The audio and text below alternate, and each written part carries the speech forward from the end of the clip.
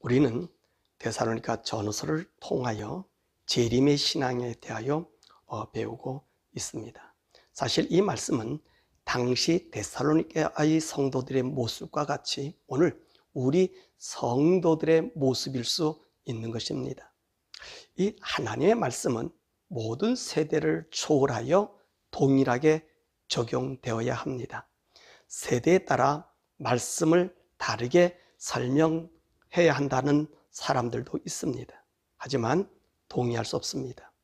성경은 세대에 맞춘 말씀이 아니라 인간 본성에 대한 근본을 말씀하고 있기 때문입니다. 그래서 세대가 바뀌어도 인간 본성의 근본은 바뀔 수 없습니다. 예를 들면 이 가인과 아벨 시대는 사람도 적었고 경생심도 없었을 때입니다. 그런데 이때에 형이 동생을 죽이는 아주 최악의 끔찍한 사건이 일어난 것입니다. 그때는 지금보다 죄가 더 있어서 가인이 아벨을 죽인 것이 아닙니다.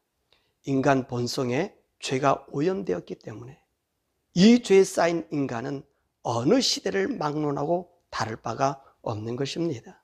그러므로 성경은 시대에 따른 변화에 적용되는 말씀으로 이해하는 것이 아니라 인간 본성에 대한 이해, 즉 죄로 인한 인간의 불쾌함을 말씀하므로 이 말씀은 어떤 세대가 되어도 변할 수 없는 진리입니다. 그래서 어떤 세대이든지 이 말씀은 법과 생명으로 따라야 하는 것입니다. 자, 오늘 말씀은 데살로니가서의 말씀의 마지막 부분입니다. 우리는 이 데살로니가서에서 재림의 신앙에 대해서 배웠습니다. 예수님을 구주로 영접한 사람들이 가져야 할 핵심이 무엇이었습니까? 첫째가 믿음의 역사, 즉 믿는 일에 온 힘을 기울여라고 합니다.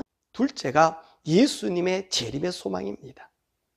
셋째가 이 소망의 삶을 살아가야 하는데 이 소망 때문에 사람들이 이 땅에서 핍박을 받게 될 때 이 성도들을 위한 사랑의 수고를 하라고 하는 말씀이었습니다.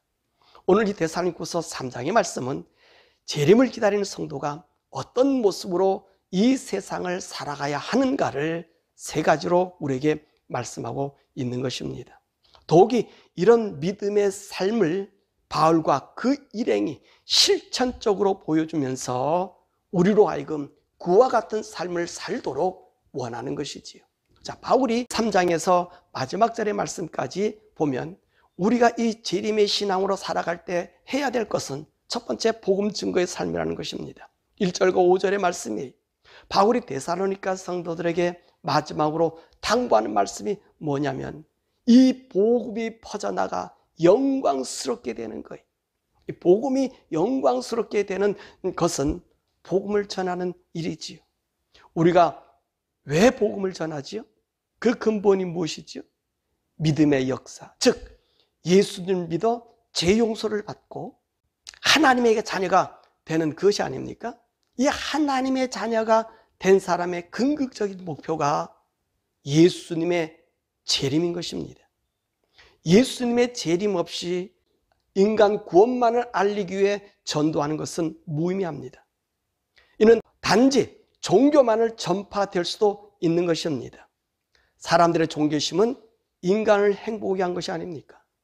이 땅에서 무병장수, 행복 추구, 남보다 더 위에 서서 저들을 돈으로 다스리든지 권력으로 다스리든지 지식으로 다스리든지 하여 남보다 더 뛰어나고 더 높아지는 것이 어떤 종교 심리가 아닙니까?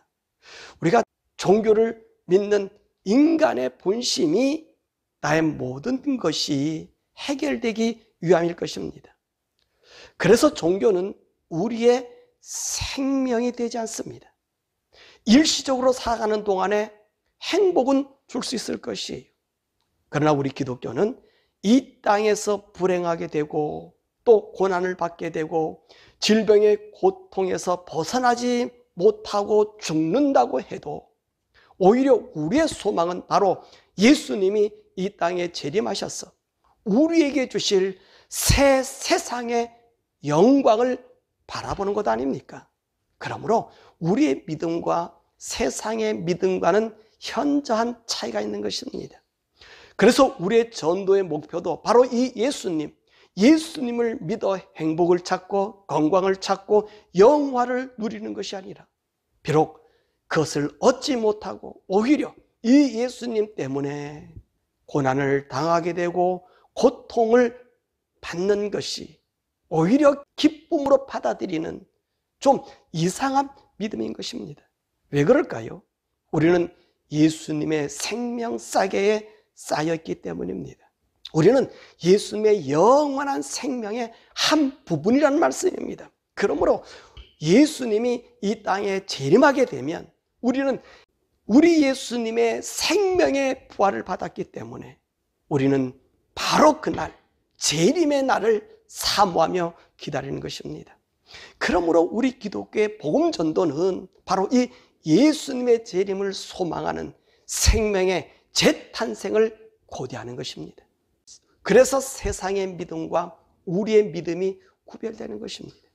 이런 믿음은 모든 사람의 것이 아닙니다. 오직 예수님의 생명의 일부분이 된 자들로서 이 복음의 참뜻을 아는 자들의 것입니다. 그래서 바울은 2절에 뭐라고 말씀하고 있습니까?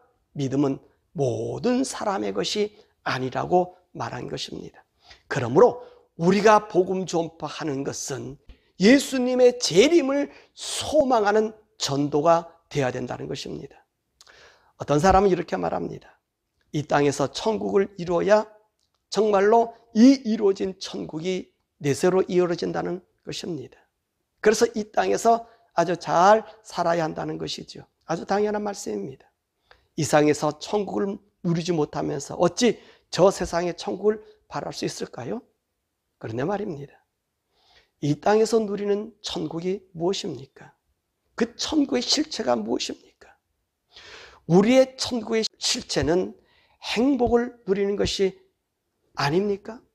우리가 누려야 할 행복 말입니다. 그러니까 그 행복, 어떤 행복입니까? 세상적인 것입니까? 영적인 것입니까? 세상에서는 아주 불행해 보이는데 천국을 누리는 사람이 있고, 세상에서 천국을 누리는 사람을 있는가 하는데 그 사람이 지옥의 삶을 사는 삶이 있습니다. 그 차이가 무엇일까요? 예수님의 소유의 차이입니다. 예수님을 소유한 사람은 그 모든 것이 천국입니다. 무슨 말입니까?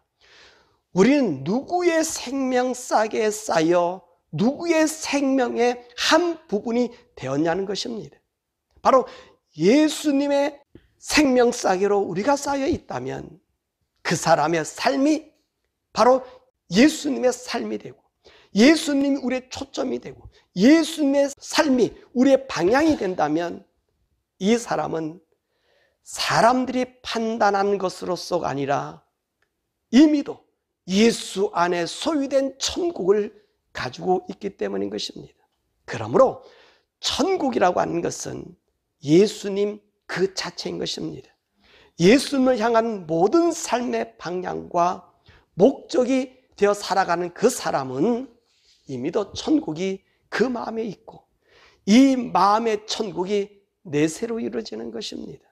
그러므로 예수님의 재림의 신앙은 바로 내세로 이어지는 천국을 소유한 자들만이 갖는 영생의 복인 것입니다. 오늘 많은 사람들이 선교에 앞장섭니다. 왜 선교를 하나요? 가나안 나라 사람들에게 예수님을 매개로 그들에게 힘을 주고 용기를 주어 문맹을 답하기 위해 학교를 세우는 것, 어려운 삶에서 먹고 살게 하는 부국으로 만들어 삶의 희망을 주는 것, 병원을 지어서 병든 자를 치료해 주는 것, 이런 것들로 열심히 일하는 사람도 있습니다. 이건 나쁜 목적이 아닐 것입니다. 또 복음 전도의 한 방편일 것입니다. 그런데 말입니다, 오늘 복음 전도의 본래 목적은 아니라는 것입니다. 오늘 바울은 우리가 추구하는 선교와 아주 다른 방향이 있습니다. 로마의 지배에 사는 사람들에게 보다 더 출세하고 보다 더 부유한 사람이 되라고 하지 않았습니다. 오히려 그와 정반대였습니다. 그들은 삶의 터전을 잃었고 예수님 때문에 더 많은 고난을 받아야 했고 가진 것도 잃어버리는 그런 상황 속으로 들어갔습니다. 오늘 말씀에도 그와 같은 말씀이 있습니다.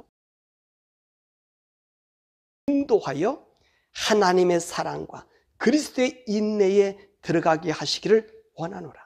그리스도의 인내에 들어가라는 것이에요. 그럼 그리스도의 인내가 무엇입니까? 이것은 예수님의 고난을 의미합니다. 메시아가 고난을 받아야 할 이유가 없지 않습니까? 그런데 왜 그가 고난을 받아야겠다라고 말씀하고 있습니다. 무엇 때문이죠? 사람들이 원하는 것 때문인가요? 아닙니다. 바로 하나님의 소원, 하나님의 원함. 즉 메시아가 십자가에 죽어 인생들을 구원하는 일, 그 일 때문에 수모와 고난의 한가운데 있는 십자가의 죽음으로 죽음을 당하셨던 것입니다. 이 그리스도의 고난의 인내를 오늘 너희 데살로니가 교인들이 담당하며 인내하라고 한 것입니다. 그러니 바울의 선교는 오히려 세상과 행복하게 사람들을 불행하게 만든 것입니다. 이것이 그의 선교였습니다. 그리스도를 위해 그리스도와 함께 하는 고난의 그 영광과 기쁨을 이 모든 사람들이 받기를 원하는 거예요. 그래서 이 믿음을 모든 사람의 것이 아닌 예수의 생명을 가진 자가 받는, 오히려 이것 때문에 행복해하는 믿음이라고 바울은 말씀하고 있는 것입니다. 그래서 이 영광스러운 하나님의 복음이 너희들에게서 있었던 것처럼 각지로 퍼져나가 너희가 믿는 믿음의 역사를 함께 이뤄나가기를 기도해달라고 얘기한 거예요. 두 번째로 열심히 일하라고 합니다. 6절과 15절의 말씀입니다. 어쩌면 이 말씀은 바울의 모순을 말할 수 있습니다. 예수님을 믿는 믿음 때문에 세상과 구별되다 보니 이제 살 길이 막막해지고 먹고 살기 힘들어져서 유력한 성도들의 도움을 받아 살아가게 되는데, 이제는 열심히 일하여 얻어먹지 말고 수고하고 애써서 일하라고 합니다. 이렇게 성도들의 도움으로 살아가는 이 경건한 사람들이 본문의 말씀 보면 어쩌면 게으른 자라고 얘기했고요. 또 더 나아가서 이런 자들을 사귀지 말라 그랬고요. 또 나가서 이 사람들 부끄러움을 주라고 얘기한 거예요. 예수를 믿음으로 모든 걸 버렸는데 이제 갈 길이 막막한 이들에게 오늘 바울은 뭐라고 말씀한다고요? 게으른 자라고. 그리고 이런 자들을 사귀지 말고 부끄러움을 주라 그래요. 그러니까 바울이 지금 말씀이 어떤 이중잣대가 아닙니까? 거룩하게 살아서 이 세상과 등져 살았는데, 직장도 잃고 삶의 터전을 잃었는데 이제는 얻어만 먹지 말고 나가서 일하라고 하는 것입니다. 그러면 이런 얘기하지 말고 예수를 믿었을 때 처음부터 너희들이 더 열심히 일해서 성도들을 도우라 라고 하는 것이 옳지 않았겠습니까? 이들이 어려움 당한 것이 누구 때문이죠? 예수를 믿는다는 믿음 때문 아닙니까? 그런데 그 어려움 당한 자들에게 이젠 이중잣대로 열심히 일하라는 거예요. 얻어만 먹으면 게으른 자고, 그리고 그들을 너희들과 사귀지 말게 하고 그들을 부끄러움을 주라. 왜 이들이 어려움 당했다고요? 예수를 믿었어. 죄를 버리고 깨끗하게 살려고 하니 오늘 이 사람들, 하늘의 사람으로 살려고 하니까 세상 사람들이 나를 쫓아낸 것 아닙니까? 그래서 온 고통 아닙니까? 그러면 우리가 더 잘 돌봐줘야 되는 것 아닙니까? 왜냐하면 하늘 가치로 살다가 세상에서 쫓겨난 것 아닙니까? 그런데 오늘 바울은 이런 사람들을 향하여 이야기하기를 너희 더 열심히 일을 해라. 일을 해라. 근데 말입니다. 이렇게 쫓겨난 사람을 누가 받아주겠습니까? 받아주고 싶어도 구별된 사람, 다른 사람을 누가 이들을 써주겠습니까? 근데 바울은요, 이렇게 얘기하면서 뭐라고 얘기하냐면 이렇게 말씀하십니다. 봐라, 우리를 봐라. 7절과 9절의 말씀이. 우리도 이 예수님 안에서 거룩하게 사는데 내가 너희들과 함께 있을 때에 어떤 일을 했죠? 우리가 밤낮으로 수고해서 너희들에게 이 믿음의 삶이 어떤 것인가를 보여주었다는 거예요. 그러므로 이 세상에 사는 것이 얼마나 어려운 줄도 믿음으로 사는 것을 안다는 거예요. 그래서 바울이 13절에 뭐라고 얘기하냐면 형제들아 너희들 선을 행하다 낙심하지 말아라 한 것입니다. 왜냐하면 예수 믿음 때문에 오는 어려움을 당하는 것을 바울은 선을 행함이라고 말했던 것입니다. 그런데 이 선을 행하는 자들이 이제는 어디가 살 수 없어도 그래도 열심히 일을 하라는 거예요. 이 재림의 신앙을 가진 사람들, 왜 이들이 재림의 신앙에 빠질 수 있었을까요? 그렇잖아요. 하나님 믿고 건강하게 사는데 내 눈에 죄가 보이고 악이 보일 수 있으니까 거룩하게 살고 하나님 만나는 만남이 내 소망이 되니 여러분 세상 일을 포기하고 산속에 들어갈 수 있고 돌을 닦을 수 있고 주님이 오기를 학수고대할 수 있을 거예요. 그런데 바울은 아니라는 거예요. 네가 그 삶에서 쫓겨났느냐? 그러면 쫓겨났다 할지라도 네 몸이 할 수 있는 한 이 세상에서 일하고 살라고 얘기합니다. 잘못된 재림의 신앙을 가진 사람들은 오늘 이런 사람들에게 어떻게 하는 거죠? 세상과 분리하고 동떨어 살기를 원하고 있습니다. 그것은 잘못된 것입니다. 아닙니다. 비록 내가 이 세상에서 천한 일, 허드렛 일을 하더라도 우리 주님 오는 날까지는 우리가 일을 해야 되는 거예요. 혹시 이 신앙에 잘못된 신앙을 가질까 봐 우리 예수님께서도 이 말씀에 대한 경고를 우리에게 주었어요. 예수님 올 때, 환난 시대에 어려움이 올 때에 우리는 어떤 삶을 살아야 되는가? 첫 번째는요, 24장 40절에서 43절의 말씀 보면 무슨 말씀하냐면 두 사람이 밭에 있음에 하나는 데려감을 당하고요, 하나는 버려둠을 당하고요, 두 여자가 매를 갈고 있음에 하나는 데려감을 당하고요, 하나는 버려둠을 당한다는 거예요. 그러므로 깨어있으라. 어느 날에 너희 주가 임할런지 너희가 알지 못함이라. 이게 무슨 말씀이죠? 예수님이 오실 때까지 어떻게 하라는 얘기죠? 일하라는 거예요. 열심히 일하라고 말씀하시는 것입니다. 그렇습니다. 예수님이 내일 재림한다고 해도 우리는 이 땅에 산 날 동안까지 열심히 일을 해야 됨을 말하고 있습니다. 두 번째로 우리 예수님이 경고하신 것은 마태복음 24장 17절과 18절이 세상 재물에 애착을 갖지 말라는 것입니다.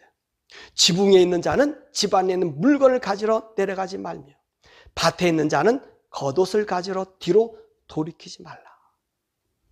이 말입니다. 바로 우리가 이 세상의 재물을 애착을 갖지 말라는 거예요. 재림신앙을 품고 사는 사람은 세상 물질에 너무 애착을 가지면 안 됩니다. 왜냐하면 세상의 물질로 인한 욕심과 근심과 걱정으로 인하여 우리의 영이 손상받을 수 있으며 우리의 욕심이 세상에 묶여 세상의 염려와 재리 때문에 세상의 잠을 잘 수 있기 때문에 그렇습니다. 그래서 우리는 이 세상의 물질을 사랑하면 시험에 들고 다시 세상으로 돌아가 우리의 믿음의 경건성을 잃어버리게 됩니다. 우리 이런 말들을 또 많이 듣죠? 무슨 말이냐고 하면 우리 기독교인들은 돈을 많이 벌여야 한다는 말입니다. 이 돈으로 하나님의 사업에 크게 사용해야 한다는 말입니다. 그런데 이 말은 성경적이지 않습니다. 하나님의 일을 많이 하기 위해 돈을 번다는 말은 좋은 말 같으나 사실 우리의 욕심을 조장하는 일이며 결국 우리를 파멸로 이끄는 말입니다. 사랑하는 여러분, 하와가 선악과를 따먹을 때 그녀가 선악과를 볼 때 어떤 마음이 들었다고 했었지요? 창세기 3장 6절의 말씀 보니까 그 여자가 그 나무를 본즉 먹음직도 하고 보암직도 하고 지혜롭게 할 만큼 탐스럽게 한 나무인지라 그 여자가 그 열매를 따먹고 자기와 함께 있는 남편에게도 주매 그도 먹은지라. 자, 하와가 어떻게 이 선악과 나무를 보았다고요? 먹음직하고 보암직하고 지혜롭게 할 만큼 탐스러웠다 그랬습니다. 이 말씀을 해석해 준 말씀이 요한일서 2장 16절이 이 세상에 있는 모든 것이 육신의 정욕과 안목의 정욕과 이생의 자랑이니 다 아버지께로부터 온 것이 아니요 세상으로부터 온 것이라. 무슨 말씀입니까? 먹음직하다는 말은 육신의 정욕이요, 보암직하다는 안목의 정욕이요, 지혜롭게 할 만큼 탐스럽다는 말은 이생의 자랑이란 말씀입니다. 이것은 우리의 죄의 발전성을 말하고 있습니다. 바로 사탄이 우리를 이렇게 유혹한다는 것입니다. 먹음직하게, 즉 선한 일을 위해 우리의 욕심을 불러일으키는 거예요. 돈을 많이 벌어서 주의를 많이 하는 것, 이것은 좋은 일이야 라고 우리의 욕망을 부추기는 것입니다. 그러니 보암직하게 되는 거예요. 우리의 안목의 정욕이 발동하는 것이죠. 다시 말하면 우리가 하는 잘못된 일을 합리화시킨다는 것입니다. 맞아, 내가 열심히 돈을 모아 주의를 하는데 무엇이 문제야? 그래서 돈을 버는데 열심을 냅니다. 그러다면 어떤 일이 생깁니까? 남의 것을 넘보게 되고요, 배려하는 마음이 없어지고요, 손해보는 일보다는 조그만 이권에 우리의 믿음을 팔아버리게 됩니까? 왜요? 우리의 안목의 정욕이 나의 눈을 어둡게 만들었기 때문이지요. 그래서 많은 부를 쌓을 수 있습니다. 그리고 이 물질로 많은 사람을 도울 수 있습니다. 이때 지혜롭게 할 만큼 탐스러운 사람이 되는 거예요. 남들이 부러워하는 사람, 나도 모르게 부각되어 있지요. 나의 명예가 휘날리게 되지요. 바로 이것이 이생의 자랑거리가 된 것입니다. 이렇게 되면 모든 것이 자기 위주가 되는 거예요. 하나님을 위한 일이 아니라 자기 일이 됩니다. 입으로는 하나님의 일을 하고 하나님의 일로 물질을 냅니다. 그런데 하나님의 먼저가 아니라 그 하나님의 자리에 내가 앉아서 나를 인정해 주지 않거나 자신을 높은 자리에 앉혀주지 않으면 아주 서운함과 분노함에 차게 되지요. 그래서 요한일서 2장 16절에 이런 것들은 아버지께로부터 온 것이 아니요 세상으로부터 온 것이라. 즉 사탄으로부터 온 것이라는 것입니다. 그러므로 우리가 돈을 많이 벌어서 하나님의 일을 하려고 하지 말고 믿음을 따라 하나님의 사람의 모습으로 살아가는 것입니다. 그리고 이때 얻은 깨끗한 수익으로 하나님의 일을 하는 것입니다. 이것이 바로 올바른 하나님의 일인 것이. 그러므로 재물에 명예 얻는 데 힘쓰지 마시길 바랍니다. 우리 주님은 이 땅에 재물을 얻는데 그 재물 때문에 뒤돌아가지 말라 그런 거예요. 세 번째로 우리 주님은 항상 기름을 준비하라고 합니다. 마태복음 25장에 열천의 비유입니다. 성도라면 누구나 다 예수님의 재림을 기다릴 것입니다. 그런데 슬기로운 처녀와 미련한 처녀가 비교가 되었습니다. 무엇이었죠? 기름입니다. 기름이 준비된 처녀를 슬기로운 처녀요, 기름이 준비되지 않은 처녀를 미련한 처녀라고 말씀하십니다. 그런데 기름이 준비된 처녀가 예수님을 맞았습니다. 자, 이 슬기로운 처녀가 미련한 처녀들이 기름을 달라고 할 때 뭐라고 말합니까? 파는 자에 가서 사가지고 오라고 하였습니다. 무슨 의미겠습니까? 즉 이 세상 사는 동안에 힘써야 할 영적 생활인 것입니다. 그 영적인 생활의 근본이 우리 주님을 맞이할 준비인 것입니다.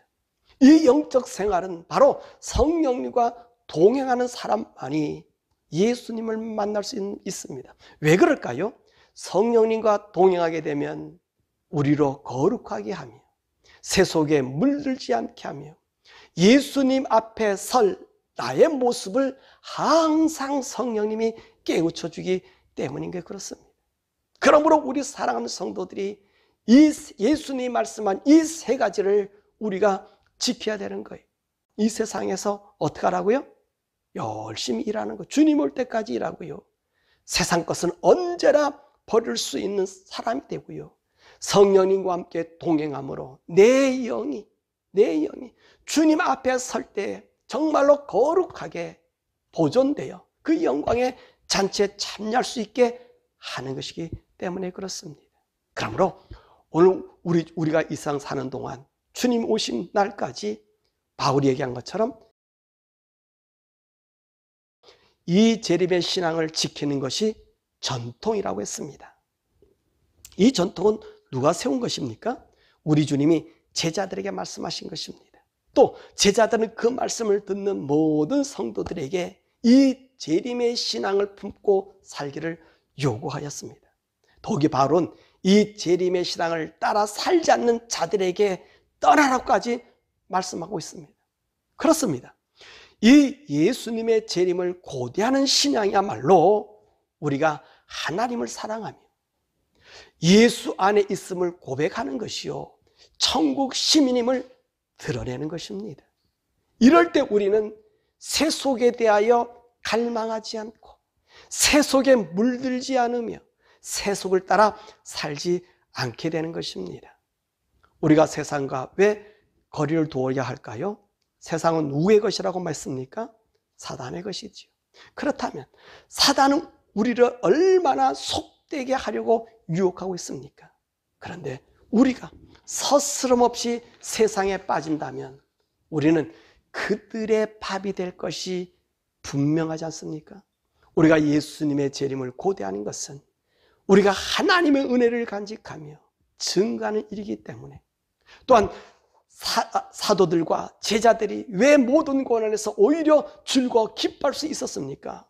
그것은 예수님의 자취를 따를 수 있는 기쁨이요 우리 구주 예수님에 대한 변함없는 신뢰며 주님의 재림을 고대하는 신앙의 간증이기 때문에 그렇습니다.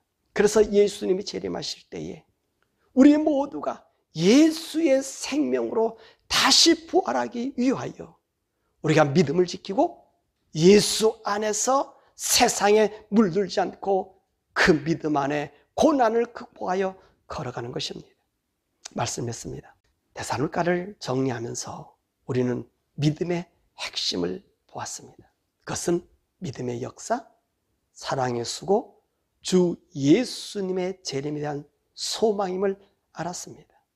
이 말은 예수님이 나의 죄를 위하여 죽으심을 믿음으로 죄 없는 거룩한 하나님의 자녀가 되었으므로 세상과 구별된 거룩한 삶에 힘쓰는 것이고요. 이렇게 세상과 구별하고 살 때 어려움이 오고 고난을 당하는 형제 자매들을 사랑과 봉사로 수고하며, 그리고 이런 삶 속에 우리가 때로는 피폐할 때 바로 우리들에게 하나님의 나라 소망 가득 채워질 예수님의 재림을 고대함으로 우리가 이 세상에 그 어떤 유혹과 힘듦을 이김을 알았다는 말씀입니다. 이것이 우리의 믿음의 정통이라는 거예요. 그래서 바울은 3장 6절에 이 전통대로 행하지 않는 모든 형제에게서 떠나라. 그러므로 우리가 예수님의 재림을 소망하는 것은 우리로 세속에 물들지 않는 거룩함을 유지하는 길이며, 예수님의 재림으로 인하여 우리가 새로운 부활, 즉 하나님의 아들로 태어난 영광의 날이기에 우리의 믿음의 최종 목표요 믿음의 완성하는 날임을 우리가 알기 때문에 재림의 신앙에 충실하는 거예요. 사랑하는 여러분, 이제 우리는 이 재림의 소망으로 우리의 믿음의 길이 더욱 단단하고 거룩하여 사단의 괴계를 물리쳐 새 속에 물들지 않게 우리의 온몸과 혼과 영혼과 육이 주님 오실 때에 정말로 우리 성령님에 따라서 보존함 받기를 정말 간절히 축원합니다.